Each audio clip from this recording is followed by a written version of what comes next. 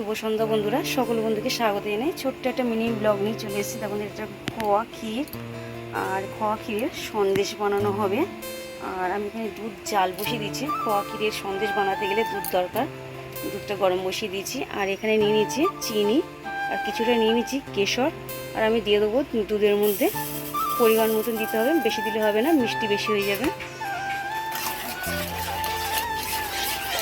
খোয়া ক্ষীরটা আমি একটুখানি গুঁড়ো গুঁড়ো করে নিয়ে দুধের সাথে নেড়ে নেব। ক্ষীরগুলো আমি ভালোভাবে দেখো গুঁড়ো গুঁড়ো করে নিয়েছি, দিয়ে দেবো দুধের মধ্যে। দুধের মধ্যে ক্ষীরগুলো দিয়ে দিয়েছি, দিয়ে একটু ভালো করে নাড়াচাড়া করে শুকিয়ে নেব। একটু এলাচ গুঁড়ো দিয়ে দেবো। ক্ষীর প্রায় শুকিয়ে এসে হয়ে এসে, আর একটু নাড়াচাড়া করে নামিয়ে নেবো। দেখো বন্ধুরা কমপ্লিট হয়ে গেছে। এবার আমি একটা গোল শেপে নিয়ে নেবো, একটা লম্বা শেপে নিয়ে নেবো। গোল শেপে একটা নিয়েছি আর লম্বা শেপে একটা নিয়ে নেবো। কেশর একটু একটু করে মাঝে মাঝে দিয়ে দিলাম, অবিকল দোকানের মতন।